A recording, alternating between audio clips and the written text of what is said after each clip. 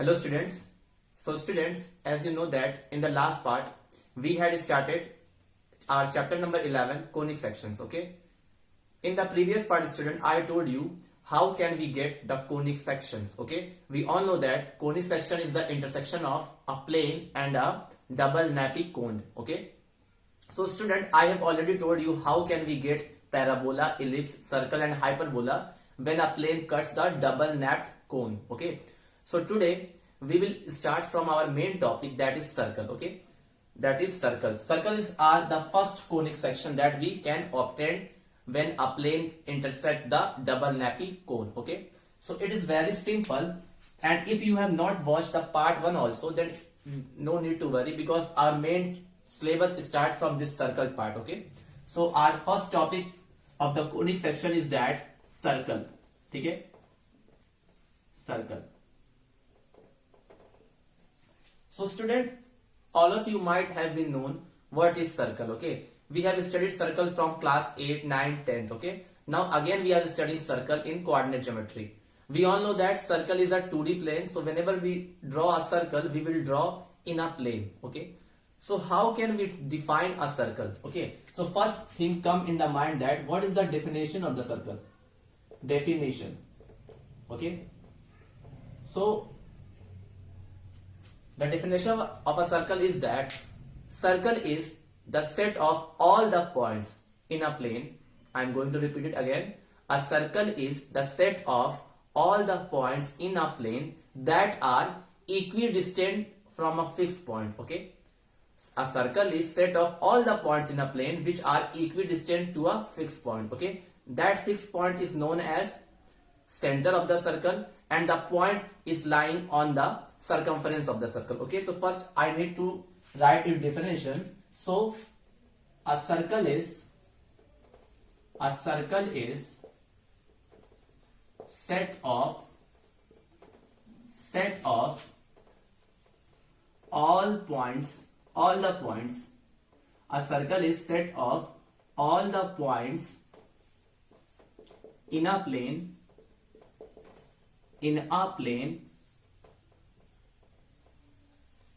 that are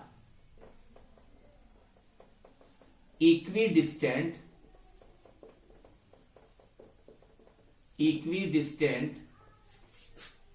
from a fixed point. Okay, from a fixed point. ठीक है, it is the actual definition of a circle. ठीक है, इसको हम लोग ऐसे भी डिफाइन कर सकते हैं. A circle is the locus of all the points in a plane which are at a equal distance from a fixed point. Okay, और उस fixed point को क्या बोलते हैं student? Center of the circle. So suppose I am going to draw a circle. See, suppose I am drawing a circle like this. ठीक है, तो मैंने क्या बोला? Circle is the set of all points in a plane. मतलब कि अगर हम लोग सर्कल के सर्कमफ्रेंस पे कोई भी पॉइंट ले, सपोज P1, P2, P3 कहीं भी ले सकते हैं हम लोग सर्कल के सर्कमफ्रेंस पे, और उसकी डिस्टेंस निकाले एक फिक्स पॉइंट से which is known as centre, तो हमको क्या पता चलता है कि ये सारी डिस्टेंसेस आपस में क्या है? इक्वल. तो वही चीज मैंने बोला है, a circle is set of all the points in a plane that are equidistant from a fix point. ठीक है, और ये जो मैंने लिखा है all the points in a plane, इसका मतलब ये जो पॉइंट्स हैं that will lie on the circumference of the circle, और उन पॉइंट्स की सर्कल के सेंटर से जो डिस्टेंस होती है वो हमेशा क्या होती है? कांस्टेंट. और उस डिस्टेंस को क्या बोलते हैं हम लोग? रेडियस. ठीक है, तो यहां मैं मेंशन कर दे रहा हूं, this is known as the centre of the circle. Centre of the circle,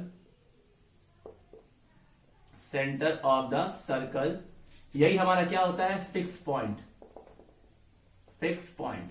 ठीक है, मतलब कि अगर हम लोग सर्कल के सर्कमफ्रेंस पे कोई भी पॉइंट लें और उसको फिक्स पॉइंट से ज्वाइन कर दें, तो जो डिस्टेंस हमें मिलता है that will be equal in all the cases. इसीलिए डेफिनेशन लिखा हुआ है, a circle is set of all the points in a plane that are equidistant from the fix point. ठीक है, उसके बाद the fix point is known as the fix point is known as the center of a circle. Center of a circle. ठीक है, fix point क्या बोलते हैं? Centre of a circle. And there here P1 P2, P3, they all are lie on the circumference of the circle. Circumference of the circle.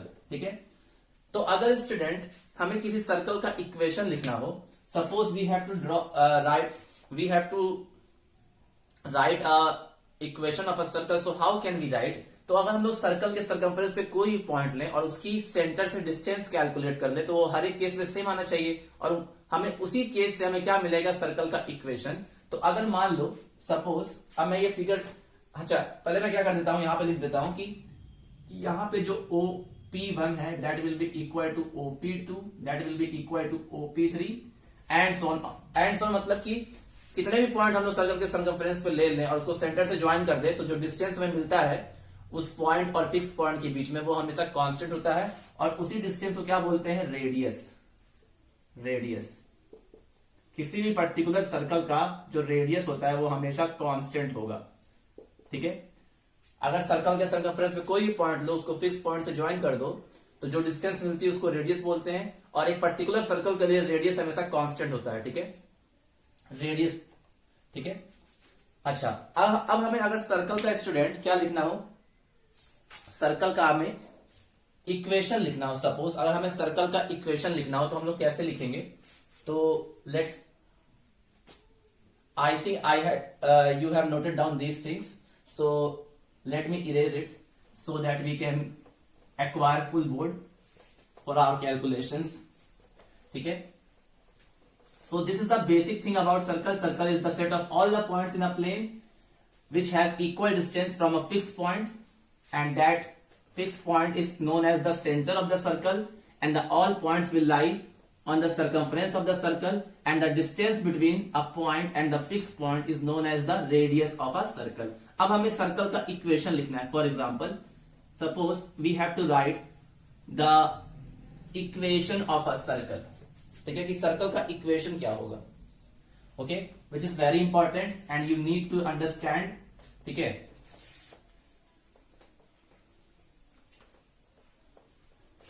Now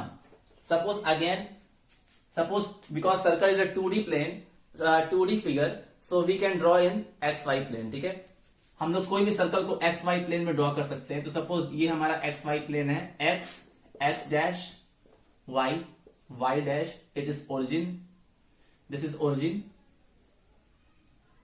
ठीक है, and suppose this is the circle. ठीक है, this is circle is centre O, centre O मान लेते हैं. ठीक है, centre O है इसका. अब मुझे इस सर्कल का इक्वेशन लिखना है स्टूडेंट. तो सपोज इस सर्कल का जो सेंटर है उसके जो कोऑर्डिनेट है वो ले लिया मैंने H, K. ठीक है, इस सर्कल का जो सेंटर है उसके कोऑर्डिनेट क्या ले लिया मैंने, H, K. ठीक है, क्योंकि सर्कल एक 2D फिगर है तो हम लोग इसको XY प्लेन में ड्रॉ कर सकते हैं. तो हमने एक सर्कल ड्रॉ किया XY प्लेन में जिसका सेंटर O है और उसका सेंटर का जो कोऑर्डिनेट है दैट इज H, K. और सर्कल के सर्कमफ्रेंस पे कोई आर्बिट्री पॉइंट ले लिया, moving point X, Y.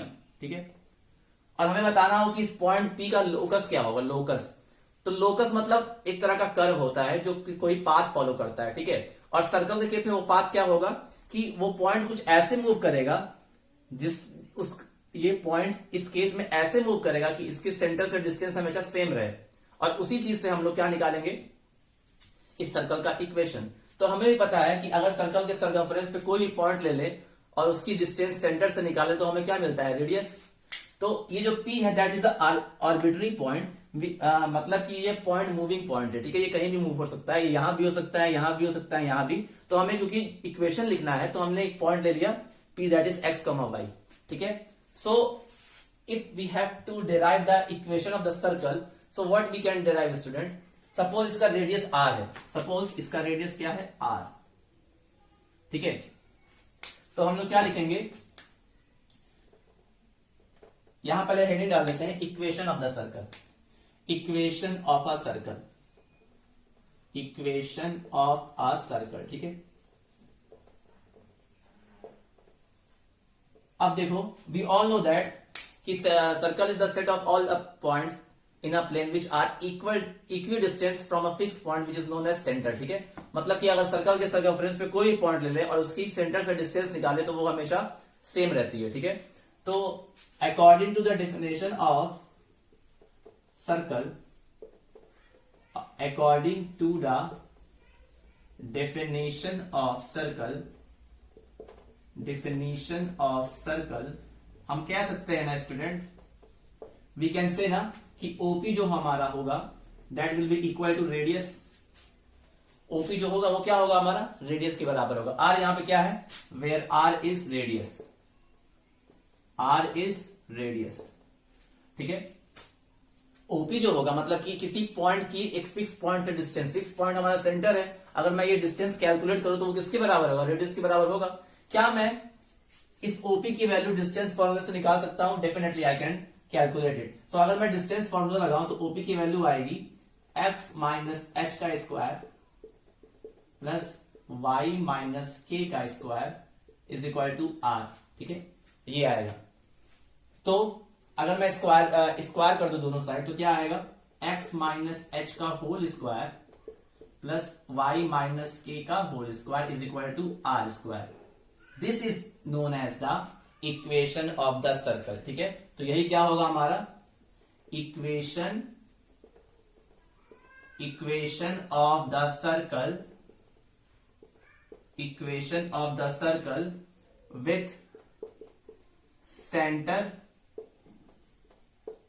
h comma k and radius r। तो किसी भी सर्कल का अगर सेंटर h comma k हो और उसका रेडियस r हो तो उसका इक्वेशन कुछ इस टाइप का होगा, that is x minus H का whole square plus y minus के का होल स्क्वायर। ठीक है, so this you have to note it down. ठीक है, अगर मान लो स्टूडेंट किसी भी सर्कल का सेंटर ओरिजिन पे लाई करे, suppose if the center of the circle lies on the origin, ठीक है, तो in that case what will be the equation? So we will write if center of the circle lies at origin, so in that case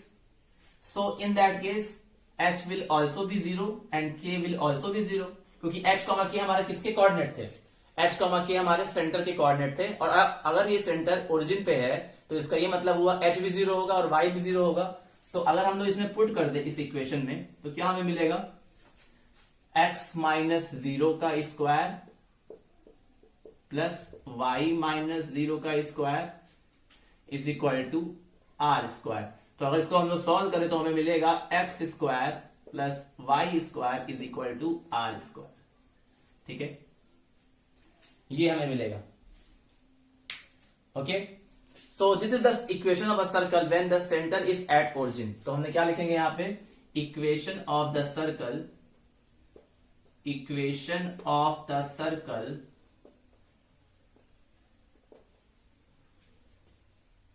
when its center is at origin। ठीक है, अगर origin पे होगा तो उस circle का equation क्या होगा, x square plus Y square is equal to r square. और अगर ओरिजिन पे नहीं होगा, कहीं और होगा, तो उस केस में उसका कोऑर्डिनेट, सेंटर का कोऑर्डिनेट मान लेते हैं h, k। तो उस केस में जो इक्वेशन होगा दैट विल बी दिस, मतलब कि इक्वेशन यही होगा, अगर सेंटर पे होगा तो h और k 0 हो जाएंगे और h और k 0 हो जाएंगे तो उस केस में सर्कल का जो इक्वेशन होगा that will be x square plus Y square is equal to r square. ठीक है, so please note down it, this is very important.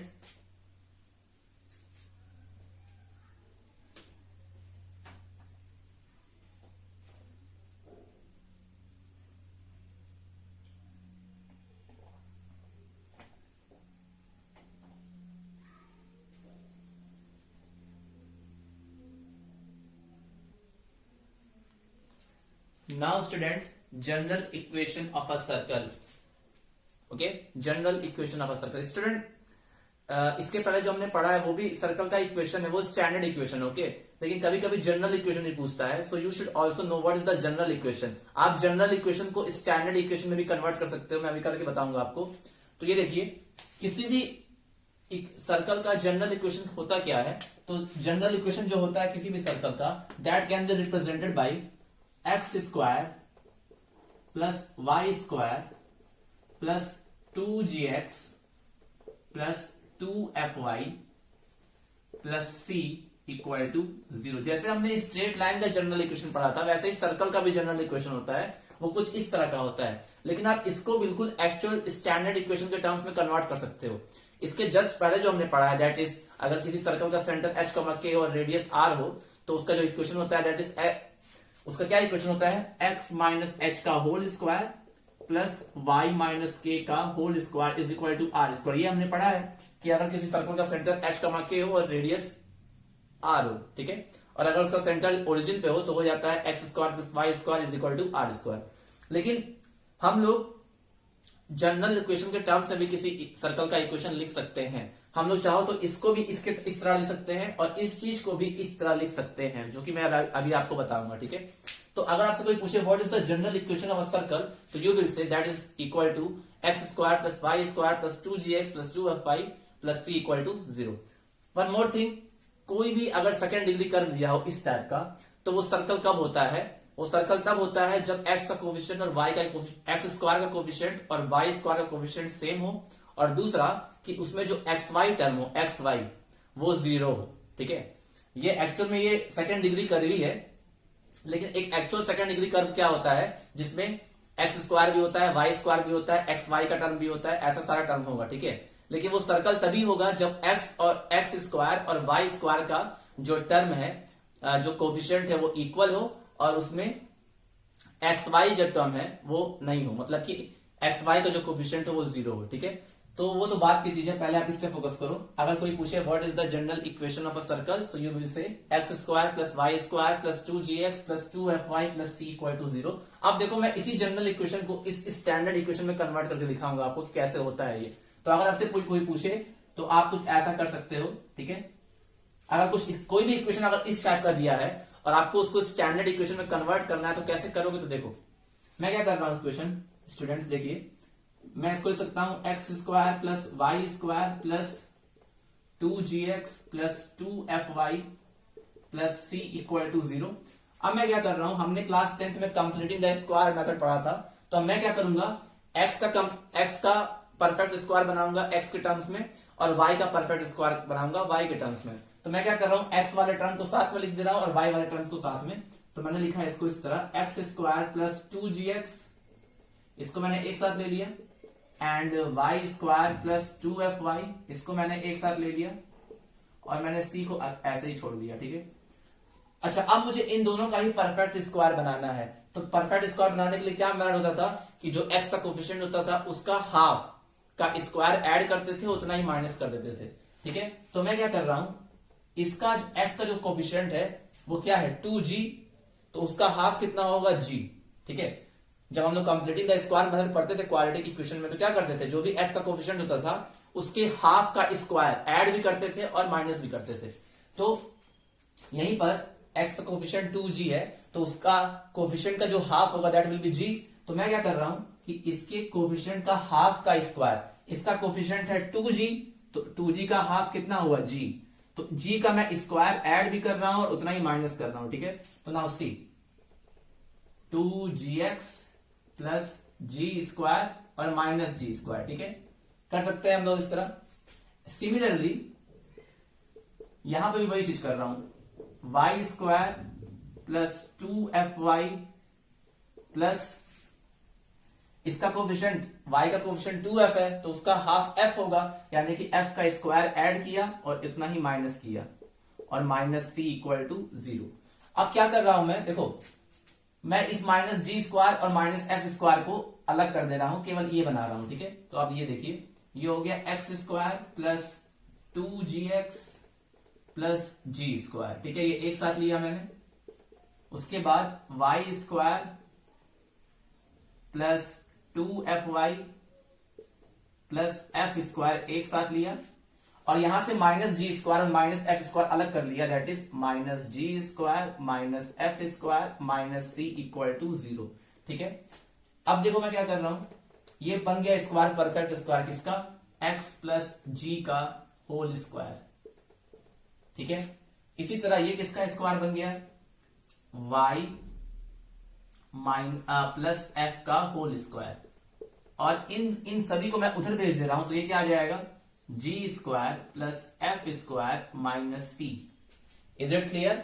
I think is it clear? It is simple calculation, ये आपने पहले भी किया है, ठीक है। अब देखिए आप इधर,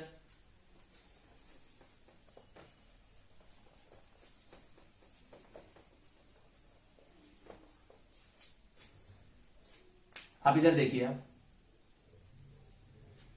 अच्छा स्टूडेंट, इसको क्या मैं इसको ऐसा लिख सकता हूं, देखो इसको मैंने क्या लिखा, x minus minus G, x minus minus G का होल स्क्वायर, और इसको लिखा मैंने y माइनस माइनस एफ का whole square is equal to, और इसको मुझे क्या इसको मैं लिख सकता हूं under root G square plus F square minus C का होल स्क्वायर लिख सकते हैं, क्योंकि इसका स्क्वायर रूट का स्क्वायर करोगे तो यही चीज आएगा, और इसको अगर इस तरह भी हम लोग लिख सकते हैं, because it is x plus G, तो x प्लस जी को मैं लिख सकता हूं x minus minus of G का whole square plus y minus minus of F का whole square is equal to under root में G square plus F square minus C का होल स्क्वायर, ठीक है। अब देखो हमने जो स्टैंडर्ड इक्वेशन पढ़ा है किसी भी सर्कल का, वो क्या पढ़ा था, हमने पढ़ा था कि अगर किसी सर्कल का सेंटर क्या हो, h कॉमा के हो, तो उसका जो इक्वेशन होता है वो होता है x माइनस एच का whole square plus y minus के का whole square is equal to r square. तो देखो ध्यान से, जो जनरल इक्वेशन था उसको मैंने स्टैंडर्ड इक्वेशन के टर्म्स में लिख दिया। स्टैंडर्ड इक्वेशन हमारा कुछ इस तरह का होता है, यही होता है ना, सबसे पहले मैंने यही बताया आपको। तो जो जनरल इक्वेशन था मेरा, मैंने उसको कन्वर्ट करके स्टैंडर्ड के टर्म्स में रिप्रेजेंट कर दिया, और अगर आप इसको स्टैंडर्ड से कन्वर्ट करो, कंपेयर करोगे, इस इक्वेशन को अगर इससे कंपेयर करोगे आप, तो आप देख सकते हो कि h की वैल्यू किसके बराबर आ रही है। h हमारा क्या होता था, h और k हमारा सेंटर का कोऑर्डिनेट होता था, तो h की वैल्यू यहां से आपको मिलेगी माइनस जी के बराबर, और f की वैल्यू मिलेगी k की वैल्यू मिलेगी आपको माइनस एफ के बराबर, k की वैल्यू मिलेगी माइनस एफ के बराबर, ठीक है, माइनस एफ के बराबर। और जो रेडियस है वो किसके बराबर मिलेगा, under root G square plus F square minus C. तो आप कह सकते हो ना, स्टैंडर्ड इक्वेशन में h कॉमा के होता है, h कॉमा के जो होता है हमारा वो सेंटर होता है ना, सेंटर हमारा क्या होता है h कॉमा के, और उसी की माइनस एफ। तो अगर कोई जनरल इक्वेशन दिया हो तो आप डायरेक्टली कंपेयर करके उसके सेंटर डायरेक्टली फाइंड कर सकते हो इस फॉर्मूले से। वैसे ही रेडियस क्या है स्टूडेंट, रेडियस इज आर, जो कि यहां क्या है under root G square plus F square minus C. तो अगर जनरल इक्वेशन दिया हो तो आप उससे भी डायरेक्टली क्या फाइंड कर सकते हो, उस सर्कल का सेंटर एज वेल एज उसका रेडियस। देखो जो ये जनरल इक्वेशन था, किसी भी सर्कल का ये जनरल इक्वेशन होता है, आप लिख लो ये, this is known as the general equation of a circle. And किसी भी सर्कल के जनरल इक्वेशन को हम लोग स्टैंडर्ड इक्वेशन में कन्वर्ट कर सकते हैं। तो जब इसको मैंने स्टैंडर्ड में कन्वर्ट किया तो कुछ ऐसा आया। अब इसी चीज को मैं जब अगर स्टैंडर्ड से कंपेयर करूं तो स्टैंडर्ड हमारा होता है x माइनस एच का whole square plus y minus के का whole square is equal to r square, जहां पर h और k सेंटर के कोऑर्डिनेट होते हैं, हमारा सेंटर होता है, ठीक है। तो यहां से अगर कंपेयर किया जाए इसको, तो h की वैल्यू माइनस जी के बराबर मिली, f की वैल्यू k की वैल्यू माइनस एफ के बराबर मिली, और r की value under root G square plus F square minus C मिली, ठीक है। तो बिकॉज हमारे स्टैंडर्ड इक्वेशन में h कॉमा के हमारा सेंटर होता है, तो सेंटर हमारा h कॉमा के है, जिसकी वैल्यू कितनी है minus G comma minus F. ये minus G comma minus F तब हम निकाले हैं अगर सर्कल का इक्वेशन जनरल फॉर्म में दिया हो तो, ठीक है। अगर जनरल फॉर्म में नहीं दिया हो, स्टैंडर्ड फॉर्म में दिया है तो डायरेक्टली हो जाएगा, ठीक है। तो इससे यह पता चलता है किसी भी सर्कल के जनरल इक्वेशन को आप स्टैंडर्ड में कन्वर्ट कर सकते हो इस मेथड का यूज करके। और अगर आपको डायरेक्टली वैल्यू याद करनी है तो अगर जनरल फॉर्म दिया हुआ है, जनरल फॉर्म क्या होता है हमारा x square plus Y square plus 2gx plus 2fy plus c equal to 0, और जिसमें g क्या होता है x का कोफिशिएंट, f क्या होता है y का कोफिशिएंट, और c तो कांस्टेंट टर्म है, और उससे आप आराम से सेंटर और रेडियस फाइंड कर सकते हो। ठीक है, तो ये आपको पता होना चाहिए। अगर किसी भी सर्कल का इक्वेशन ऐसा भी दिया हो तो आप डायरेक्टली उसका सेंटर और रेडियस इस फॉर्मूले की मदद से फाइंड कर सकते हो। ठीक है, g किसके साथ होता है, x के साथ, f किसके साथ होता है, y के साथ। तो अगर मान लो कोई इक्वेशन दिया होगा, फॉर एग्जांपल मैं एक क्वेश्चन के थ्रू आपको अभी बताऊंगा, डोंट वरी। तो आप अगर कोई सर्कल का इक्वेशन जनरल फॉर्म में दिया हुआ है तो आप डायरेक्टली उसको इससे कंपेयर करना, वहां से आप g और f निकाल लेना और c निकाल लेना। g और f मिल जाएगा तो सेंटर क्या होता है, minus G comma minus F, और रेडियस होता है अंडर रूट में G square plus F square minus C. ठीक है, तो आपको ये भी पता होना चाहिए। अगर आपको ये नहीं भी पता होता तब भी आप कर लेते, लेकिन वो थोड़ा लेंदी होता। आपको हर प्रोसेस में, हर क्वेश्चन में अगर इस तरह का आ जाता तो आपको हर क्वेश्चन में ये पूरा स्टेप करना पड़ता। और अगर आपको ये चीज पता होगी तो डायरेक्टली सेंटर क्या होता है, अगर जनरल इक्वेशन दिया हो किसी भी सर्कल का तो आप उसके जी फाइंड कर लेना, एफ फाइंड कर लेना, सी फाइंड कर लेना, और सेंटर क्या होता है उस केस में minus G comma minus F, और रेडियस होता है under root G square plus F square minus C. ठीक है, तो ये हमारा सर्कल के बारे में ओवरव्यू था। इससे आप लगभग 80 से 90% क्वेश्चन सर्कल का सॉल्व कर सकते हो इजीली। ठीक है, अब इसके बाद हम लोग क्वेश्चन सॉल्व करेंगे स्टूडेंट। ठीक है, तो हम लोग सॉल्व करते हैं क्वेश्चंस। ठीक है, I hope it is clear to you. बस आपको ये जनरल इक्वेशन इसका याद रखना है। जनरल इक्वेशन क्या होता है, x square plus Y square plus 2gx plus 2fy plus c equal to 0। ठीक है, जहां पर एक चीज और याद रखना कि अगर कोई जनरल कोई इक्वेशन सर्कल को रिप्रेजेंट कर रहा है तो उसका एक्स स्क्वायर का कोफिशिएंट और वाई स्क्वायर का कोफिशिएंट हमेशा इक्वल होगा, और एक्स वाई का टर्म नहीं होगा इसमें। ठीक है,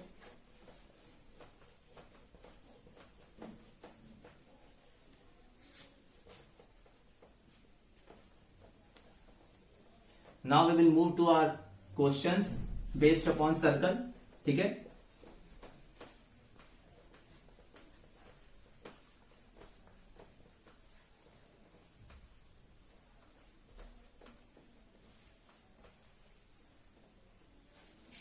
चलिए एक सिंपल क्वेश्चन से स्टार्ट करते हैं हम लोग।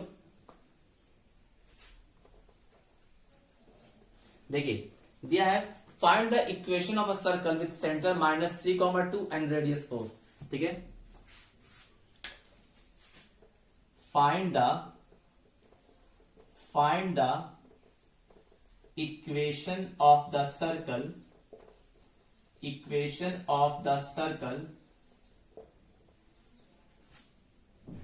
with center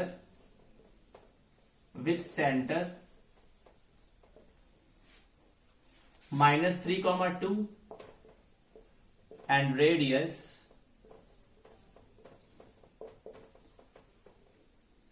4। तो is it very basic question, ये बहुत ही बेसिक क्वेश्चन है स्टूडेंट। अगर देखो किसी भी सर्कल का इक्वेशन निकालने के लिए हमें चाहिए क्या होता है, अगर हमको सेंटर पता चल जाए और रेडियस पता चल जाए तो हम डायरेक्टली उसका इक्वेशन लिख सकते हैं। ठीक है, हमने क्या पढ़ा है student, if the centre of the circle is h,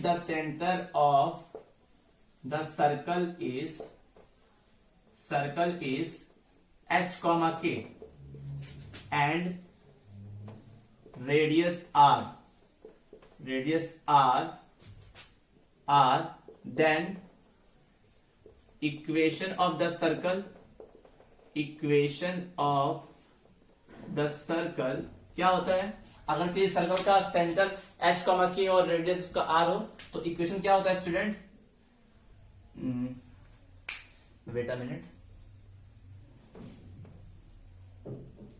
क्या होता है x माइनस एच का whole square plus y minus के का whole square is equal to r square. यही होता है इक्वेशन। और यहां सेंटर ऑलरेडी गिवन है, सेंटर की वैल्यू ऑलरेडी गिवन है। सेंटर क्या गिवन है स्टूडेंट, सेंटर हमारा क्या होता है h, k स्टैंडर्ड में, जो कि कितना दिया हुआ है -3,2, और रेडियस कितना दिया हुआ है, यानी r कितना दिया हुआ है 4।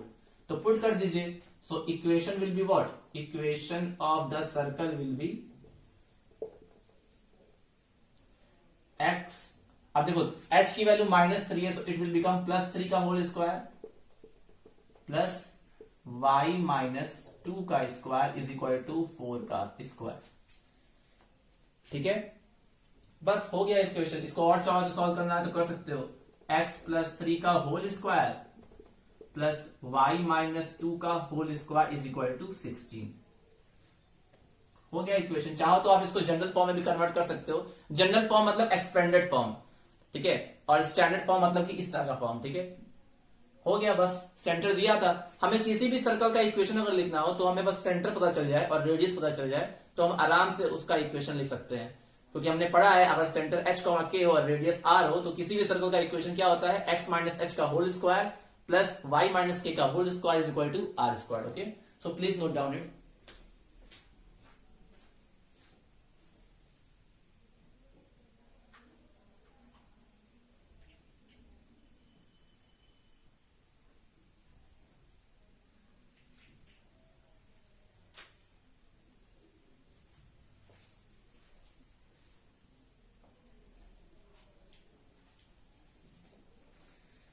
I hope it is clear to you students. Now one more question.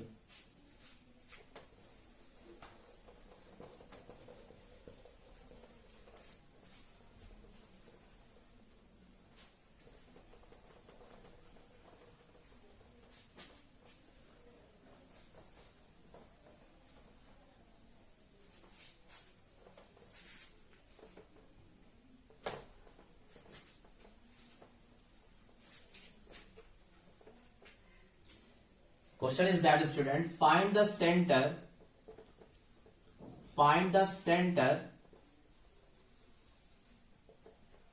and radius of the circle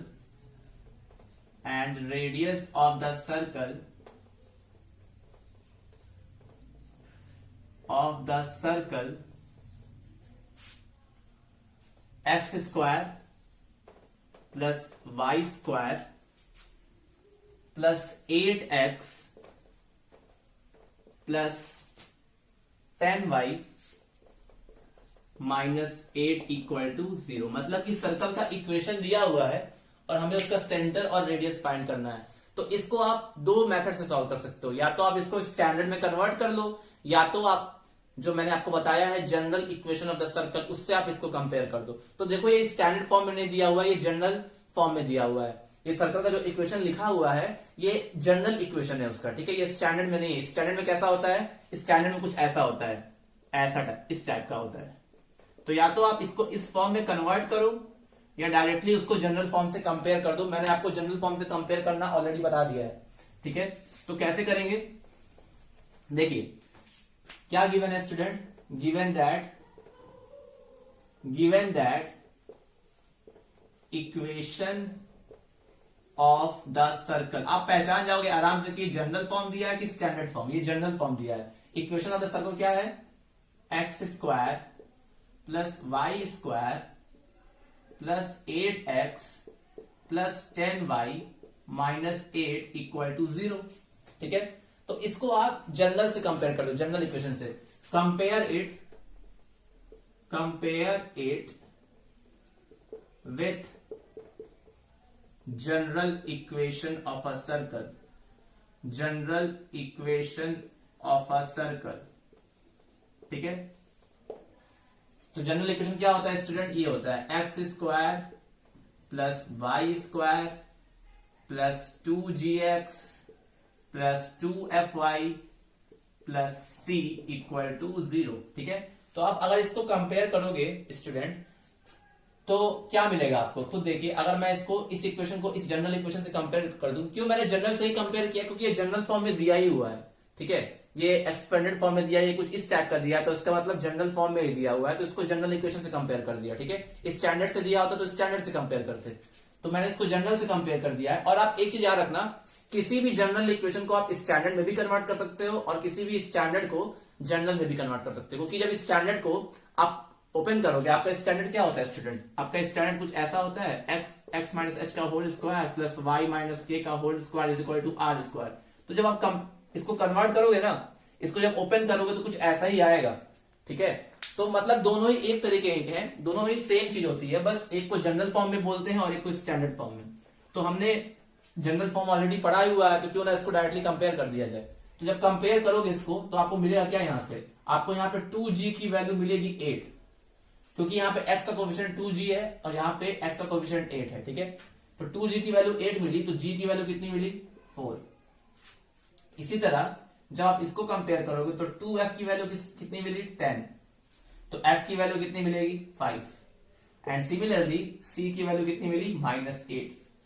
तो अगर कोई इक्वेशन जनरल फॉर्म में दिया होता है तो उसका सेंटर क्या होता है, उसका सेंटर होता है स्टूडेंट, मैंने निकाला था क्या, -g, -f, क्योंकि सेंटर हमारा h, k होता था, और जब h, k की वैल्यू हम लोग निकाले थे तो -g और -f ही आया था।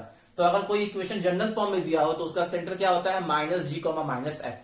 बस, तो सेंटर क्या हो जाएगा, -4, -5, एंड रेडियस निकालना है, रेडियस दैट इज r। तो r की वैल्यू किसके बराबर होती है, √g² + f² - c। Value put कर दीजिए, तो g की वैल्यू कितनी है, 4, तो 4 का स्क्वायर प्लस 5 का स्क्वायर और -8, ऐसा ही कुछ आएगा, क्योंकि c की वैल्यू -8 है।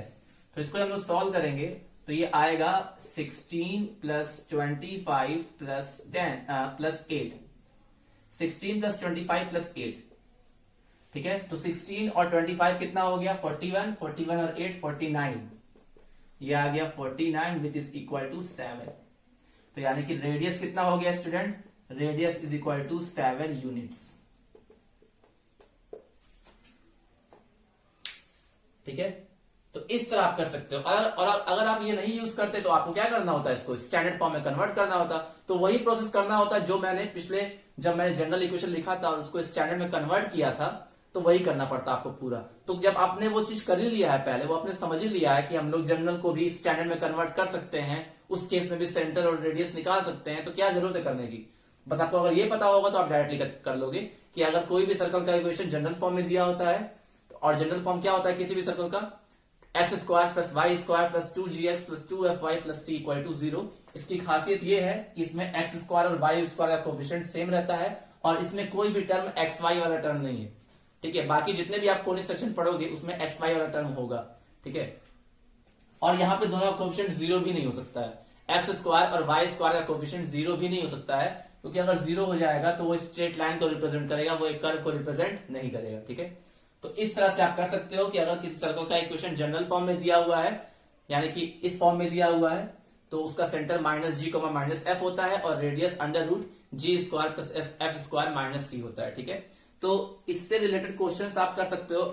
11.1 में 15 क्वेश्चन है, शुरू के आप 9 क्वेश्चन तो कर ही सकते हो, ठीक है। कुछ और क्वेश्चंस बचे हुए हैं अच्छे वाले, जो मैं आपको कल बताऊंगा, ठीक है। तो आई होप जितना आज बताया है आपको कि सर्कल है क्या, सर्कल का इक्वेशन निकालते कैसे हैं, किसी भी सर्कल का जनरल इक्वेशन क्या होता है, आई होप आपको वो समझ में आया हो। And the remaining thing regarding circle and remaining question regarding circle that we will discuss in the next part of the video, students. So till then, have a nice day, take care, thank you.